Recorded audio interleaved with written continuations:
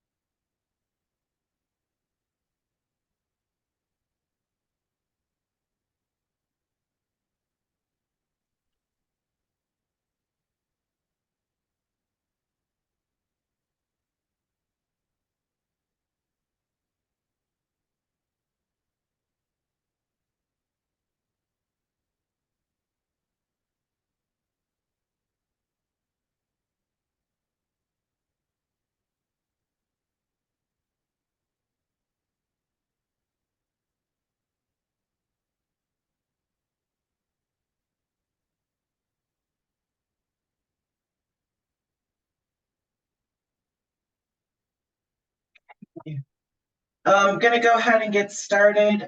Getting a message that the chat is disabled, so I'm going to try to figure that out as soon as we kick off the discussion. But welcome everybody to the 2024 Real Estate Marketing Insights webinar panel discussion.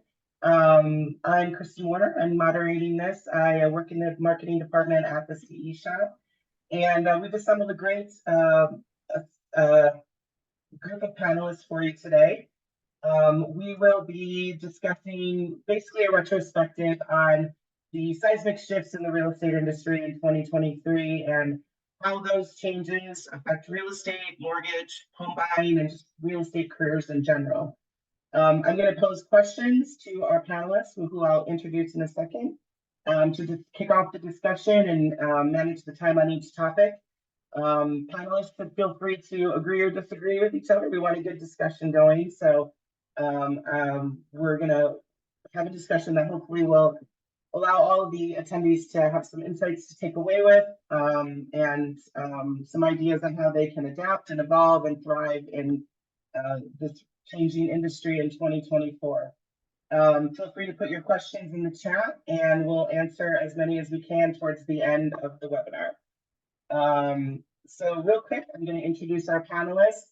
Unfortunately, Dee Young is not able to join us today, but we still have Nick Ambrosia, who is the principal broker at Long & Foster. He is a broker of record and senior vice president at Long & Foster Real Estate Companies, the largest privately owned real estate company in the world. Nick served on the Maryland Real Estate Commission for 16 years and was elected chair 13 times. His career includes executive stints at Coldwell Banker NRT for the Mid-Atlantic region, Coldwell Banker, Stevens Real Estate, and Coldwell Banker Nyman Realty, three of the largest real estate companies in the country. Nick has served at NAR as director, liaison, key member, and many committees of many committees and task forces, and he's the recipient of NAR's prestigious Lifetime Achievement Award for 2006. We also have Mike Simonson, founder and president at Altos Research, a true data geek. Mike founded Altos Research in 2006 to bring data and insights on the U.S. housing market to those who need it most. In 2022, Altos was acquired by Housing Wire, the most influential source of news and information for the US mortgage and housing markets. Known as an advocate for more data, less vibes, Mike uses LSOT's data to identify trends in the real estate market well before the headlines, and his work has been featured in the New York Times, The Atlantic, Fortune, Forbes, and other publications. And we also have Michelle White, who is the C-Shop's mortgage expert and instructor of record for MLO education. She began her career in 1993 as a loan officer assistant and quickly progressed through the ranks, becoming a loan officer processor and underwriter, respectively, working on cradle to grave operations. She has worked in practically every aspect of the mortgage industry and beyond in multiple verticals, from mortgage to banking to the title industry. She is a BSNS and Master's of Education. She also has an FHA DE underwriter and certified distance educator instructor. She is a 2023 recipient of Mortgage Banker Magazine's Legends of Lending Award and recipient of Riz Media 2024 Real Estate Newsmaker Award. Welcome, panelists. Let's kick off the discussion with our first topic. What significant shifts did you see in the market in 2023 that will impact 2024? Well, I'm happy to start. Please do. So the biggest thing about the 2023 market was how few home sellers there were across the country. And because we had so few sellers, as one of the reasons we had so few total sales. So there were 30% fewer home sales that happened in 2023 than in 21, 22 time. We went from like 6 million sales a year to 4 million last year. And part of that was because there were very few home sellers. So the shift for 2024 is that each week we can start to see more sellers inching back into the market. We can see inventory rising and slightly more sellers than the year prior. In some parts of the country, mostly like the Gulf states, inventory has risen back to pre-pandemic levels. Some of the places like the Northeast and Midwest, some of those markets are still just now coming off the pandemic lows of inventory, but we can see that growth. And when we have that growth in supply, that will allow for some growth in sales for the whole year. Mike, what do you think? I'm sorry, Nick, what do you think? That's okay. I agree with Mike. The thing is, my perspective is limited to Mid-Atlantic region. Long & Foster operates from South Carolina to New Jersey. We haven't seen a huge increase in inventory. Consequently, we haven't seen a huge increase in sales, but everywhere I go in my travels, the talk is about inventory. And as Mike says, inventory is going to drive a lot of it because there is a lot of pent-up demand, but the properties aren't there for people to buy. In fact, just as an aside, if you look at it, used to be the average people stayed in their home was 5 to 7 years, and now that average is growing, particularly in older people. The other thing that affected it was the interest rates. People who had low interest rates, like myself, 2.1%. Why do I want to give up an interest rate? Right. Michelle, what are your thoughts? So from a different perspective, looking at 2023, there was at least a 10% increase in the foreclosure rate from 2022 to 2023. And since the foreclosure moratorium was lifted after the pandemic, some estimates indicate that there has been at least a 700% increase in foreclosures. So once all those properties make it through that foreclosure process, I think we'll see them starting to hit the market again. We'll start to see a little bit more inventory coming out, but those will be the foreclosed properties. And as we all remember from the past, sometimes those take a little bit longer to get closed. They're a little bit more tricky deal. There's a little bit more negotiation needed. And the other thing from the lending standpoint is the higher rates, I think, did influence the re-emergence of a lot of non-QM products and non-traditional loan products. And that could also contribute to the continuing rise in foreclosures over the next year or so. So we'll see how that pans out for borrowers. I think one of the things that we can see, Nick mentioned the lock-in to the low mortgage rate phenomenon. One of the interesting things is, yes, most of the country has a super low mortgage rate and a lot of equity, which is, of course, why we haven't had any foreclosures. And a 700% increase is still a really few number of properties in foreclosure process right now. And looks like that will be, we're not going to have a lot of foreclosures for many years because so many people have such good terms on their mortgages. Now, the other thing though, is that each year, 4 or 5 million people do buy homes, and those people are now coming in with a 7% mortgage rate. So those people are less likely to stay, as Nick mentioned, longer in that property. Those people in the future will be more likely to when economic times get tough, roll into the foreclosure process, because now if I lose my job and I have a 2% mortgage, that's the best asset I have. Like, that's the best thing I have, and I fight like heck to keep it. If I have a 7% mortgage that I bought in 23 or 24, and now in a couple of years, now I lose my job, I am much less likely to fight to hold on to that. So that's why those are over time, multiple years with higher mortgage rates is how we will get back to old normal levels of inventory. So right now there's 507,000 single family homes on the market across the US. In a decade ago, in the mid-teens, it would have been over 1 million homes right now.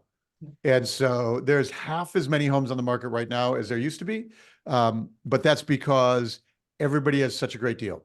But each year at higher rates, so we're 2 years into higher rates now. And so each year we have 5 million people that are not locked in. And so those people can go back into resale. Those people are potential foreclosure, much more likely than we are now.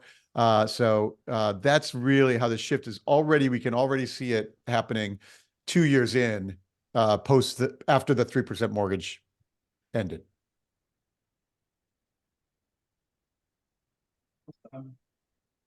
Okay.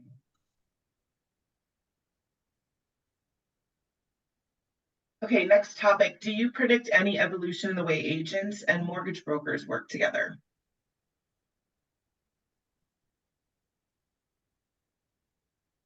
I'm How happy about to start again, Michelle? unless you want to pick us. She's our mortgage gal, so let's start with Michelle.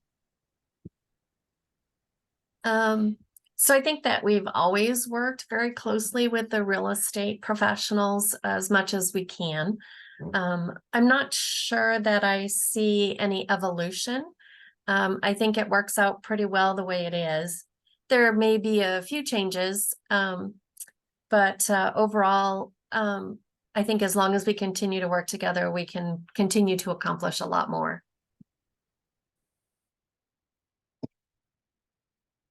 Nick, what do you think? Well, the thing is, I don't think that there's some huge evolution going on between agents and mortgage brokers. Mortgage brokers are trying. Mortgage brokers have been out there trying to capture. Everybody tries to capture the participant in the real estate transaction as early as they can, feeling that it goes ahead and gives them the opportunity to control the transaction. So you have mortgage brokers who try to capture people and then bring in the real estate agent because they're providing the lead. You have real estate companies who were going ahead to capture. So, and then they bring in the mortgage broker. I think that people are going to continue to try have ways in which to do those two things and to pass them back and forth. And that'll be if there's going to be an evolution this year, that'll be the evolution that I see. Anything to add, Mike? Yeah, I mean, I can imagine, especially in a world where the commission structures are changing, there is a potentially evolving relationship with the buyer, and so it will be fascinating to see if we end up in a world where buyers have less agent representation, because they are either forced to pay for it up front or some other structure. One potential outcome there is that buyers choose to have less representation from a buyer's agent, and so you could imagine that that would be a world where the buyer must go get a mortgage, so they establish a mortgage relationship first, and then you could imagine that therefore, as an agent who works with buyers, like it may be more important to have those mortgage broker relationships established, because that may be more commonly the channel that a consumer is starting their real estate process. Interesting. Okay. What market factors will impact agent earnings or new agents entering this career this year? Well, I'll jump in first on this one. The one thing is Mike alluded to it. The one thing that's gonna be a factor that impacts everything is where the current lawsuits and state of the real estate industry, what direction it heads in, how long it takes the offers to settle, to go ahead and get to fruition, to get accepted, how people react to the different changes in doing business that are being proposed.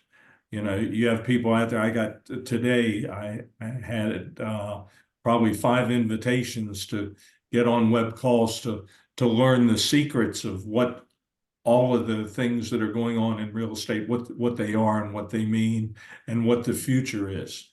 But I don't think anybody really knows at this point. So consequently, agents, are there going to be, how will they still work as buyer's agents as they were forced to? Back in the 80s, the Justice Department said buyers needed representation. Now there's a discussion, maybe they don't.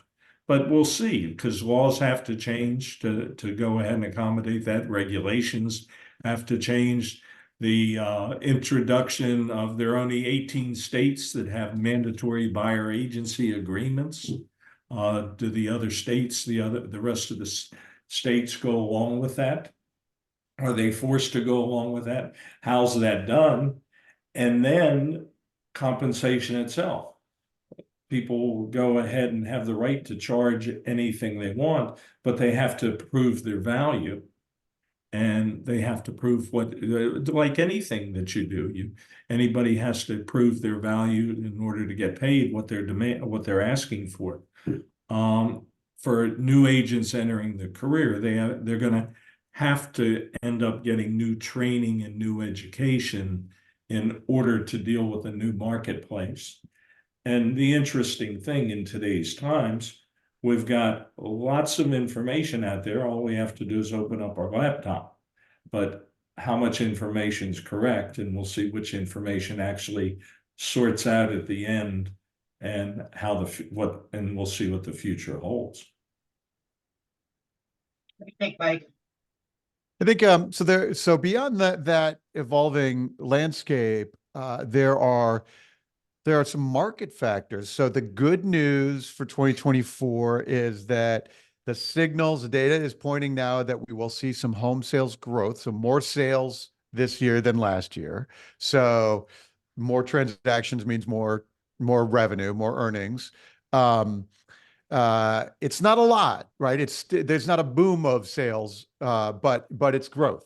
So as long as mortgage rates stay steady, right now they're, call it a little over 7%. As long as they stay steady, we can see that growth starting to happen. If rates spike, so the Fed meets today, or tomorrow or whatever, and the news comes out, if the Fed comes out and is more hawkish on inflation and the markets push interest rates higher, if mortgage rates spike from here, that the potential of the growth in sales, buyers can slow down very quickly. And so, but if the rates stay steady or even start to tick down, we can see sales growth. So the good news is some sales growth, like, is that home buyers are trying to buy homes and trying to grow a little bit there. There are other factors, like homes are sitting on the market longer than they were a year ago or 2 years ago. So just a little bit longer than a year ago, but significantly longer than 2 years ago. So that means as a listing agent, right, it takes longer and I have to work harder marketing that property before I get to the revenue. So, we're in this shift out of the super boom markets into the post boom. And what does it mean? So as of right now, there are a couple of those factors that we can see, like that some of them are good news, right? Like hopefully more sales that are happening this year. Anything to add, Michelle? I'll just say I'm in the upper Northeast and things tend to swing a little bit slower up where I'm at. And we are just now starting to see housing prices coming down. We're seeing a $5,000, a $10,000, a $15,000 decrease. So even if interest rates bump a little, hopefully that won't knock so many people out. If those home prices are coming down, even if interest rates go up, hopefully that'll balance out and we'll still have a lot of buyers this year.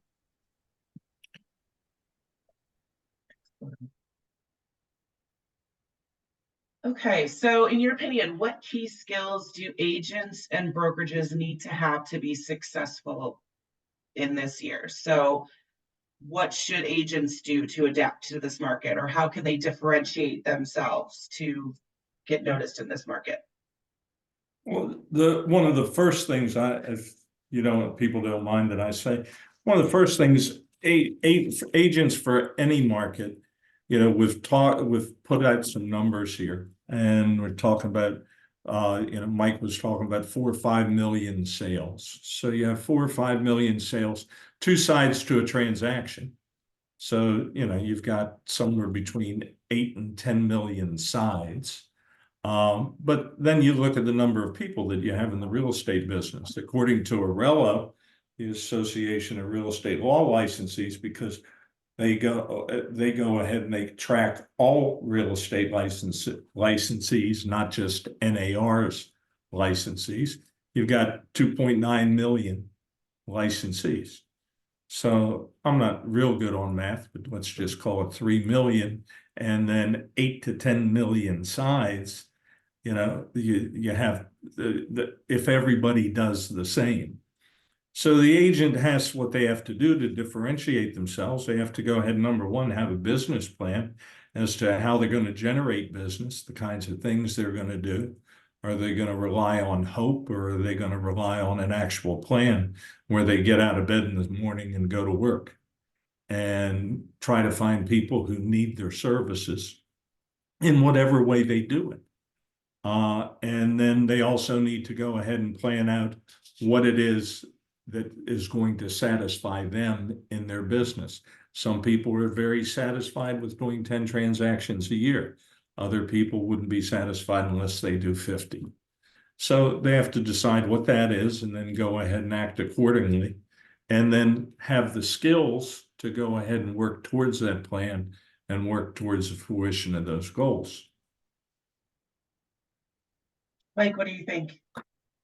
At Altos Research, we're a data company. We do market data. We do reports for agents to talk about the local markets with their buyers and sellers. That's why we work with CE Shop, right? How do you use the data to communicate about what's happening in the market right now to buyers and sellers? And so we spend a lot of time teaching people about that communication process. There's a lot of headlines. The headlines tend to be 2 to 4 months behind the actual data. So it's really important. Like, there are buyers and sellers sitting on the fence right now who are waiting to transact because they think that home prices are falling because a year ago they were down. And so they think, and so they don't have the actual data that's happening in the market right now. There are buyers who are on the sidelines waiting because they think that if mortgage rates fall, then there's going to be suddenly a lot of sellers that are going to list, and they're going to have all kinds of opportunity. But the data shows the opposite is true, that if rates fall, actually inventory, there's more demand out there than supply. So the actual inventory levels are going to fall. If rates fall, inventory is going to fall. So buyers will have more competition, and they may not be expecting that at all, right? So they may be waiting for cheaper mortgages, but have no idea that everybody else is waiting for cheaper mortgages, and their competition is going to heat up very quickly as well. So speaking about the data to buyers and sellers is like a critical skill. And we can watch successful agents use market data in the listing presentation, use it in the script in the first phone conversation. Like, I don't know if you know, but there's only 14 homes for sale on the market right now. You know, those, like, working the data into the conversation immediately helps the agent become an expert, and the expert that people want to work with. And so that's what we spend a lot of time with at Altos, is teaching how to communicate with the data. What data is important? What data do consumers really resonate with? What do they like to know? So speaking about the data is really important, especially in this world where the value of real estate agents is under assault from all kinds of messaging. And so being able to immediately be able to be the expert in the local market is it's what we preach. Yeah. Do you find that agents struggle to be able to explain data to buyers and sellers in such a way that it makes sense? So yes, very often agents will be afraid of the data. They'll be afraid of, like, what's a median? What's what what's the average? What do these numbers mean really? And so there's a number of techniques that agents can use, which is like I want you to look at one number, or and so they can say, you know, you're at the barbecue and somebody says, "Oh, you're a realtor. How's the market?" You say, "You know what? Inventory, there's 14 houses, only 14 houses available on the market right now. Last year there was 7, so it's a little more, but we're finally getting a little more inventory." And suddenly you're the expert who has the conversation. You're all you're doing is providing value. And so it's like, all I need to do is pay attention to one number. And likewise, an agent can say that to, for example, a seller. You sitting in the listing presentation, like, I'm going to put this market report in your inbox every Monday while we have your house listed. I want you to look at one number. And we're watching every house that does a price reduction in the neighborhood. And that's what Michelle mentioned a minute ago. She's seen more price reductions in her part of the country. So if price reductions are ticking up while we have your house listed, this is the market giving us a signal. And so I want you to know what the market is telling us. So I'm going to put this report in your inbox every Monday. And now, and you don't have to, as an agent, you don't have to be, you have to worry about medians and you have to worry about all the numbers. All you have to do is say, just watch this one. If this one goes up, that's the market giving us a signal. So there's really good techniques for tightening it down, for like getting over some of that fear. And consumers are afraid too, right? So really knowing it and paying attention that way. And you don't have to know math, to do it. You just have to know how to explain math, I guess, or tell them Or just to point out to a couple, right? Have a couple of numbers off the top of your head, right? Look at it every week and go, I know exactly how many homes are on the market right now. Yeah. Michelle, what do you think from the mortgage perspective, from an MLO perspective? How do you think they should adapt or could differentiate themselves in this market? So knowledge is power. Knowing the programs that are available, knowing the information that's out there, knowing how to communicate effectively. We're on Facebook and Twitter and we're on all these social media sites and we're doing all this talking, but are we really communicating? So being able to communicate with your buyers and really asking the right questions, nailing down what's important, what they can afford. I always referred people first to a lender to get pre-qualified. So you're not wasting your time. You're not wasting any agent's time, the buyer's time. And yeah, just being organized, being really organized and having a really good business plan and a really good marketing plan, marketing and knowledge. Right. One of the key things here, and we've all said it in different ways. I was just glancing at my notes. Agents are always consumers, sorry, are looking for trusted advisors. They're looking for somebody they can like, trust, and believe in. They want somebody who has knowledge, who has direction, who has the ability to go ahead and present those things to them and to make them non-mysterious. So that because a real estate transaction is mysterious enough. Buying a pair of shoes these days might be mysterious enough. But the thing is, if you have the ability, we've all said, you have to have knowledge, you have to have the ability to go ahead and present that knowledge and to lay it out so that the general person can understand it and move forward with it. Not try to dazzle them with acronyms and as Mike said, they don't need 16 different numbers. They need one or two. Yeah. So the next topic is sort of related to the last one. What advice would you have for new agents entering the market this year? If you're just starting out, I guess one of those things the panel would say is knowledge. Educate yourself, gain some confidence, gain some authority, right? Yeah. And I think, you can know the market data before you have a single customer, right? Before you have a single client, these are things that you can understand as building your business.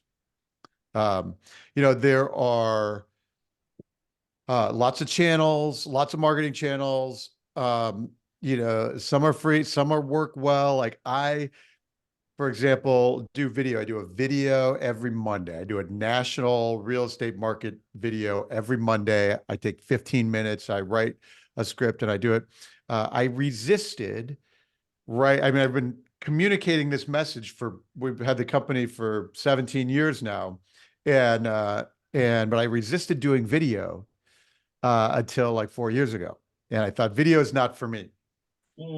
And then when I started doing video, things exploded. And it turns out people want to watch video. So that was like, I had to get over my fear of like, this isn't for me, or what am I going to say? Am I going to look like an idiot? Do I know how to turn on the camera? All of these things. And if you watch our videos, it's still, I don't do high production value. I'm not like, with the flames in the background and Yeah. the big scare So, factors. honestly, I- people are just there for the info, right?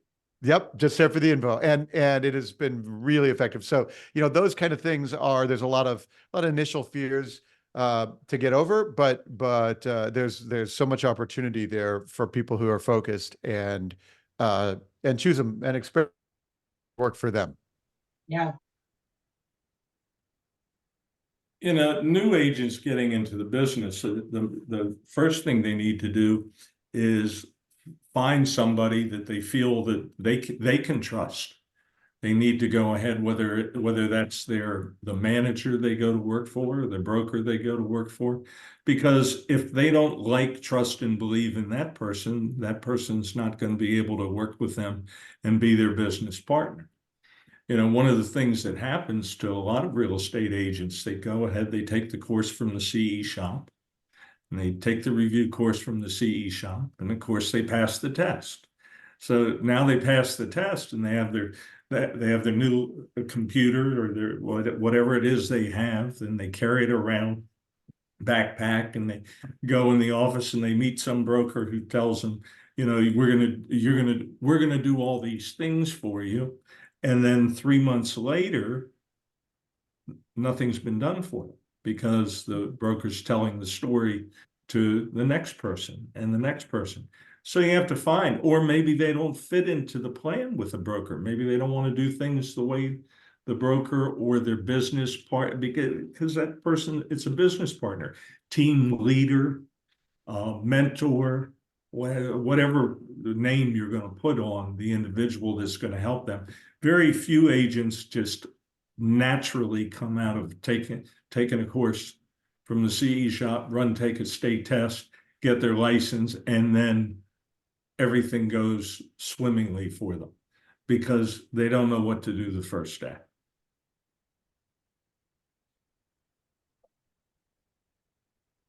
Good points. Okay, panelists, are you feeling bullish or bearish about real estate in 2024?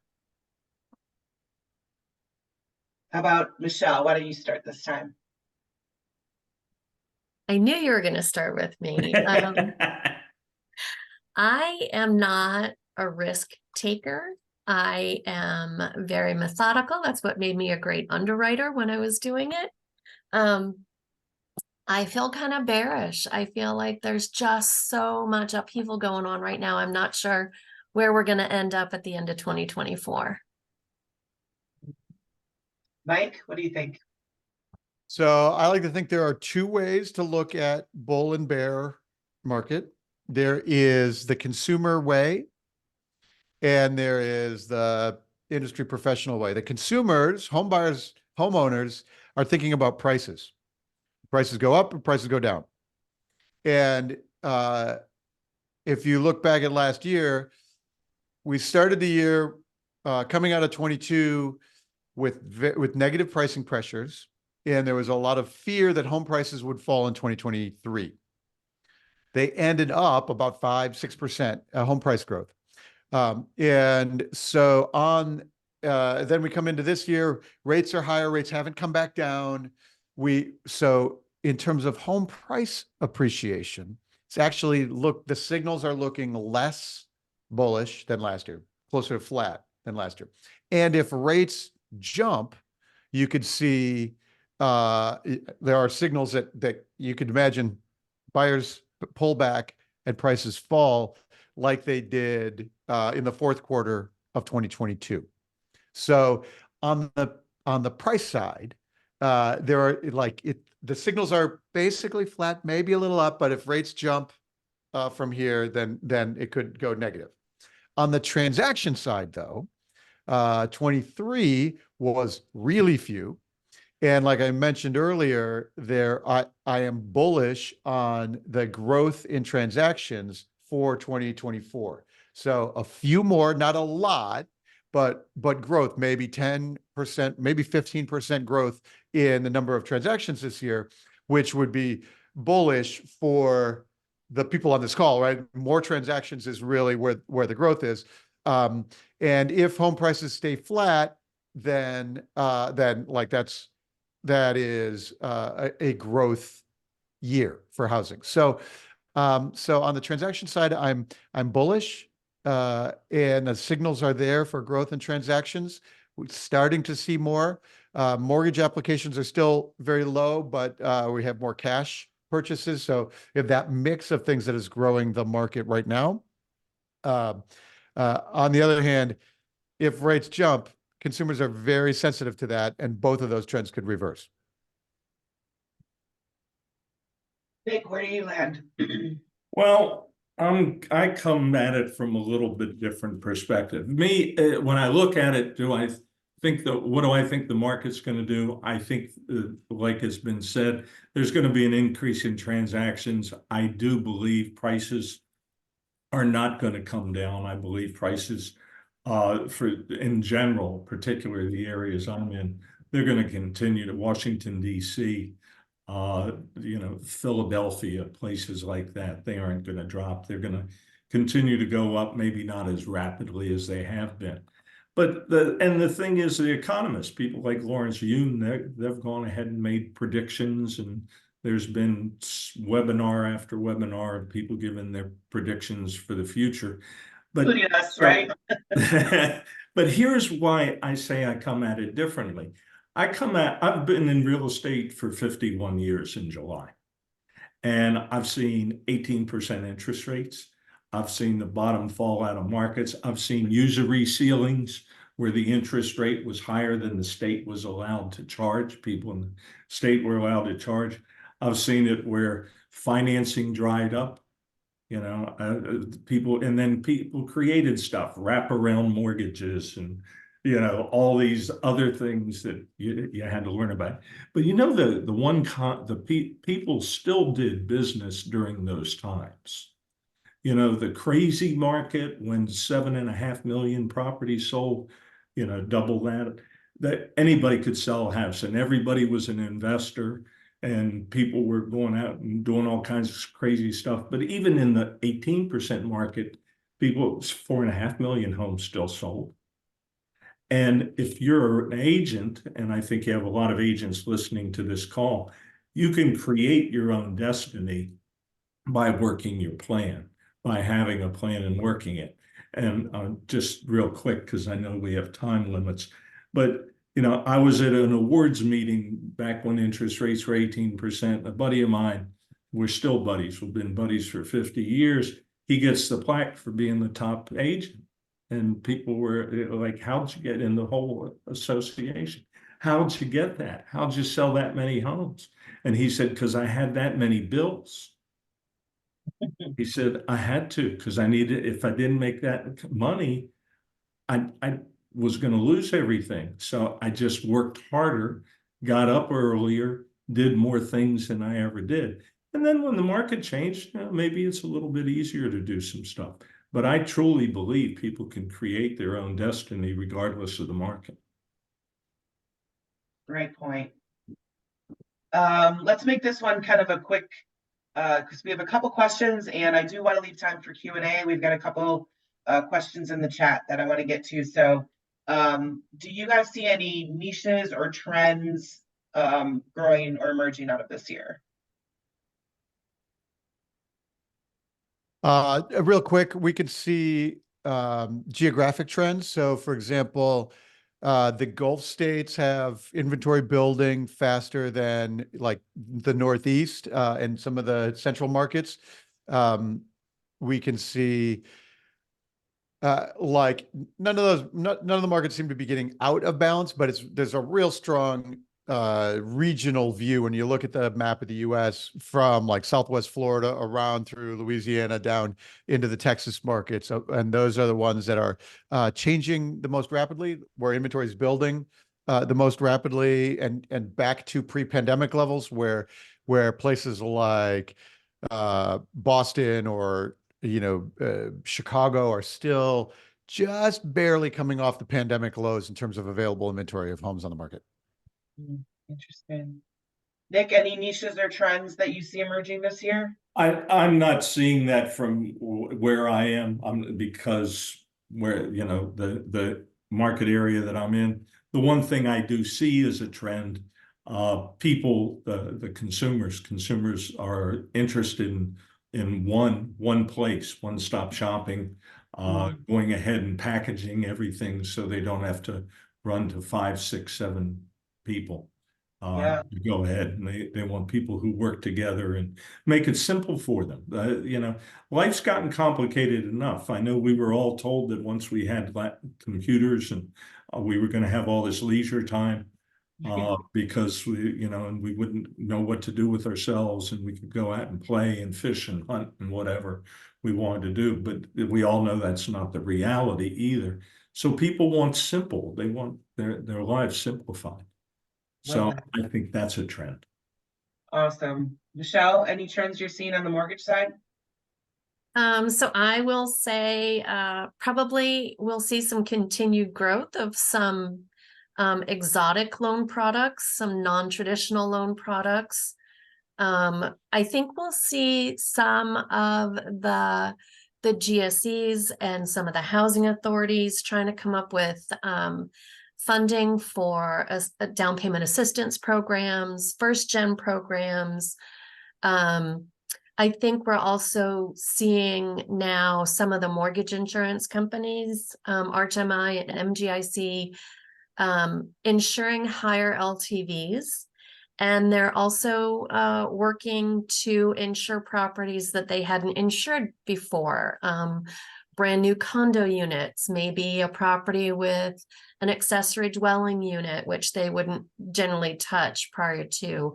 And then also some programs insuring condos, you know, those timeshare that convert to condominiums. So they're brand new, they have no history, and they're more commercial than they are residential. But I think we'll see a lot of lenders and a lot of the GSEs trying to expand the programs that they can offer, trying to get people into houses.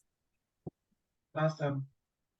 Okay, let's try to answer this one in a couple of words. 2024 will be the year of blank.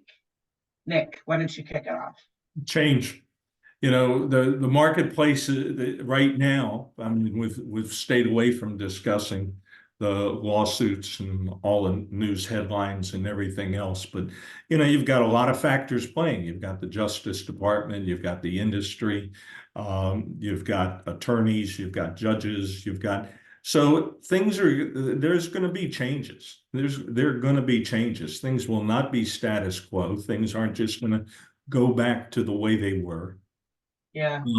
And it's going to be a time of getting new knowledge. And then putting that knowledge to work. Mike, what do you think in a couple words, 2024? 2024 will be the year of a slow, steady return to more old normal conditions. Michelle? 2 words came to mind. They kind of mean the same thing, but not really. And I would say fluidity and flexibility. You're going to have to flow with the market and be flexible with the new changes coming up. Good point. Yeah, very good point. All right, the golden question. How do you guys see the recent NAR decisions that happened in the last weeks impacting the industry? We don't have a crystal ball, right? We're not lawyers, but in your experience, your vast experience, how do you see this decision impacting the industry? I'll go. You know, first of all, you have to remember, I've said this, I can't tell you how many times in the last week. You know, NAR's proposal is just that, it's a proposal. You know, they made decisions to make a proposal, but now that proposal is going to be judged by a lot of different factors. And my experience in things of that magnitude, there are going to be a lot of changes that are made to it. You know, it's like a bill that goes before a legislature and it starts out in committee and somebody puts it together. And then by the time it comes out the other end, you might not even recognize it. So I can't say how their proposal's going to impact, other than there are going to be changes because of it. And we'll see what the final changes really are. Yeah, Michelle, what do you think?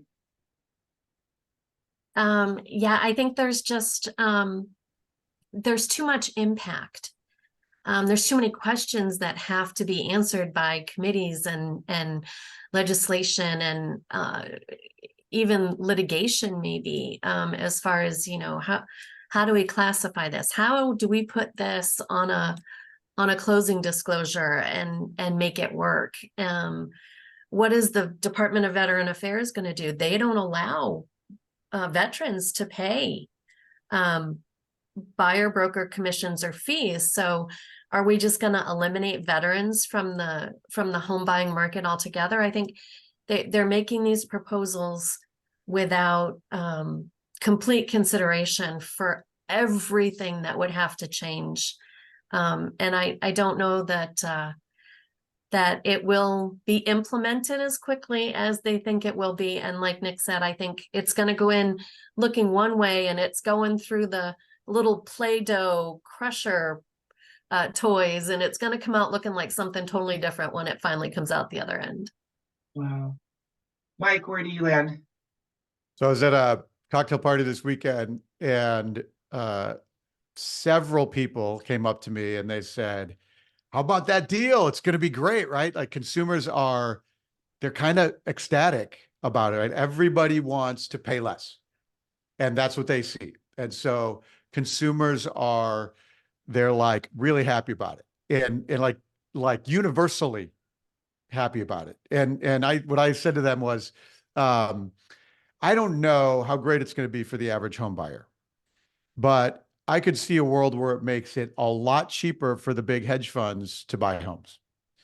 And they went, uh-oh, like they were shocked, right? Because if we force a world where there's less commission revenue and less service, we move from a high service, higher fee world to a lower service, lower fee world.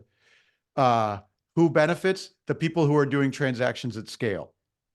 And so that's, and they were not happy to hear that, right? Because the other thing that's going on is that, like, that other headline that consumers don't like is the big hedge funds buying all the properties. So that was a really, I think, eye-opening reaction for folks. So I could see a world where, you know, we make it harder for first-time home buyers because they've now, you know, if they have to pay a buyer's agent out of their pocket, or they don't have an agent and they have to pay a lawyer, or whatever the conditions are. I could see a world where we make it harder for first-time home buyers in the U.S. to buy a home.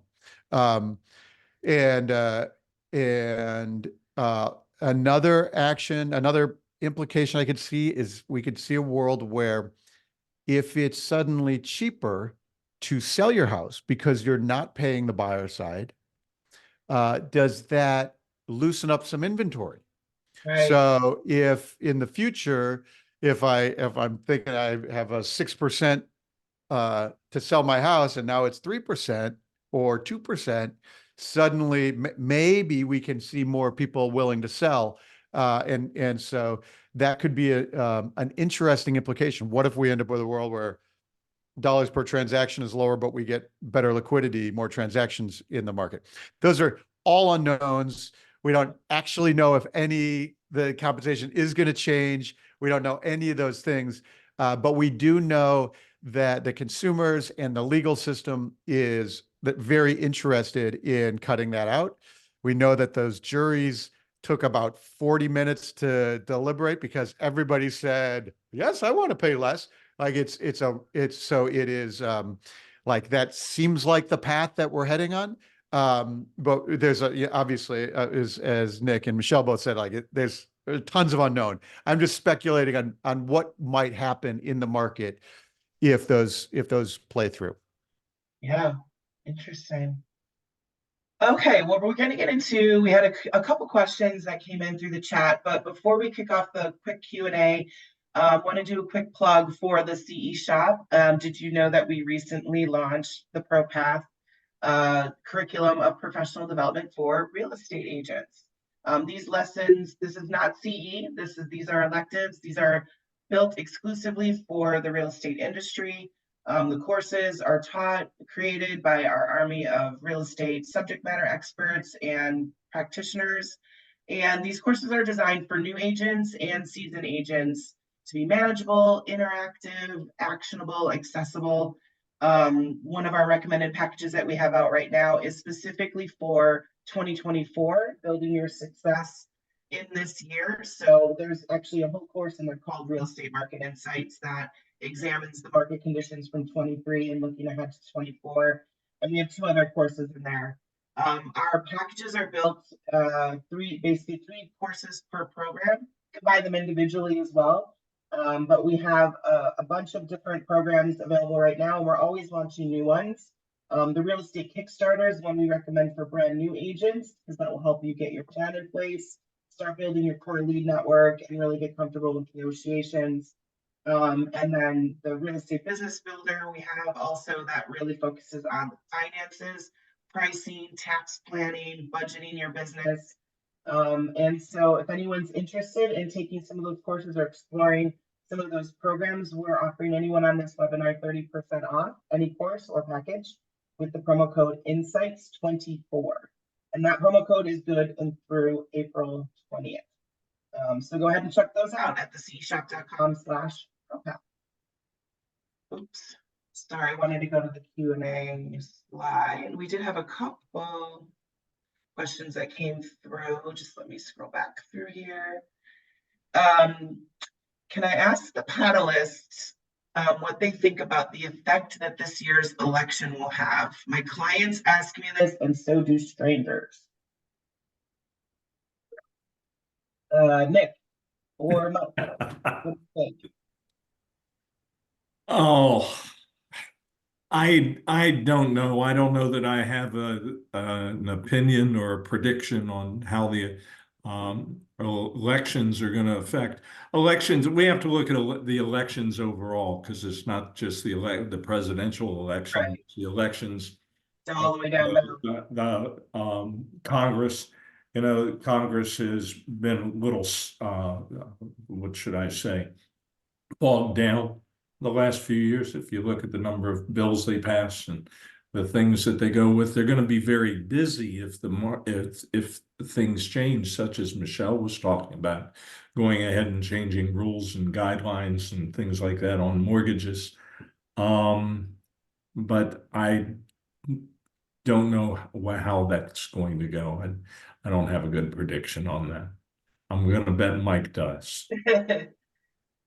The data guy. What does the data guy think? Well, so I was just thinking about this. We've had I've been getting this question a lot actually, and I was at Berkshire Hathaway's big conference last week, and so it comes up, so this will be the 5th presidential election that we've been tracking the U.S. housing market, and if you think about it, 2008 was nuts. 2012, we were just coming out. We were finally coming out of that. 2016 was in the middle of the growth period. 2020 was nuts for a different reason.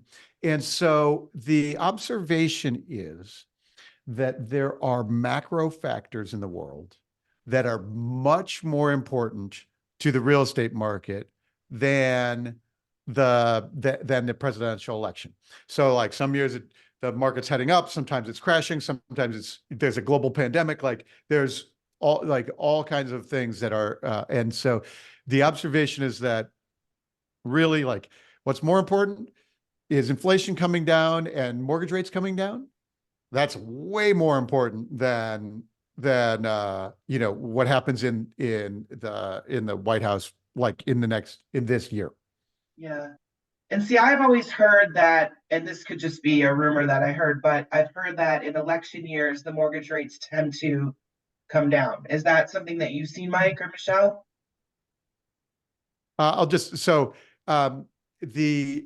We know exactly what mortgage rates are tied to this year, right? The bond market has been really strong, and has not receded. The economy has come in stronger. It continues to come in stronger. So the Fed has not chosen to cut rates.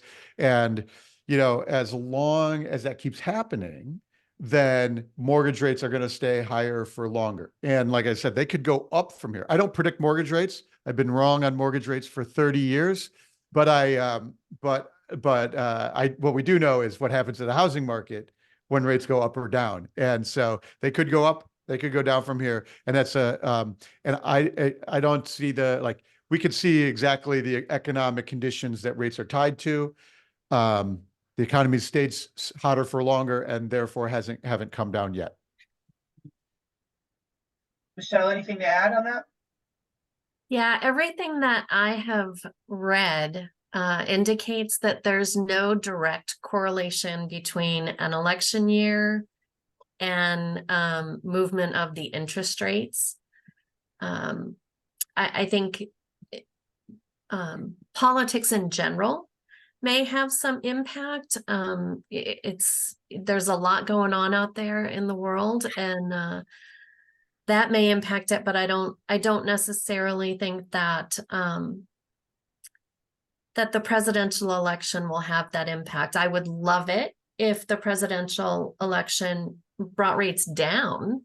That would be great, but I'm not sure. If I had that crystal ball, I'd be a millionaire, wouldn't I? Right. Okay, one other question here we have is, what's the best way of getting started and the most helpful tools for a new real estate agent? Nick, I mean, Well, and I apologize. I have to jump off after I answer this. yeah, The thing is, again, it goes back to making sure whoever you partner with, you can't go it alone in real estate. Starting out as a new agent, you can't go it alone. There are too many people pulling at you from too many directions. That's why you have so many national speakers selling all these different programs in which most people never take the plastic off of. You need to find somebody that you can trust, somebody that you believe is going to think the way that you do, that's going to hold you accountable, and that's going to help you create a path for you to follow in the form of a business plan. And that doesn't mean that it's a big broker, doesn't mean it's a small broker, doesn't mean it's the biggest broker in town. It's somebody who's there are plenty of ways to succeed in this business. You have to find a way that makes you feel that you don't feel that you've given up anything, but it's made you uncomfortable enough and accountable enough that you're willing to go ahead and keep moving forward, because that's what causes people to move forward. great answer. Okay, Nick, I know you got to run. Thank you. I'm sorry. Thank you. No, that's fine. We did run a little bit over. One last question, and I think this is probably going to kick over to Michelle. Regarding lender-agent relationships, would love some input as to potential changes in the lender role in terms of helping to support equitable representation for buyer representation, given the news this week.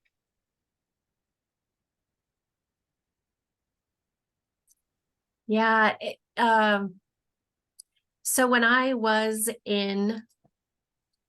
more active in the lending field, out doing loans on the daily, I would recommend that my buyers, the people I was assisting with a loan, actually interview their real estate agents. You've got to find someone that you can work with. You've got to be able to, if you walk into someone's office and they're not a match, they make your skin crawl, that's probably not the person you want to work with for making one of the single largest purchases you will ever make in your life. From a lender's standpoint, there's only so much we can do based on regulatory guidelines and steering laws and regulations that we have to follow. Certainly, if being knowledgeable about how the real estate business is working, what changes there are, and answering questions for the borrowers as honestly as possible, but not crossing those lines that we're not supposed to cross in the lending industry. Awesome. Well, that's it for all the questions. Thank you, everybody. I know we ran a few minutes over, but thank you for your time. There will be a replay of this presentation sent out to everyone that registered. So look for that in your email, and everybody have a fantastic rest of your day. Thanks, everybody. Thanks, everyone. Thanks, everyone.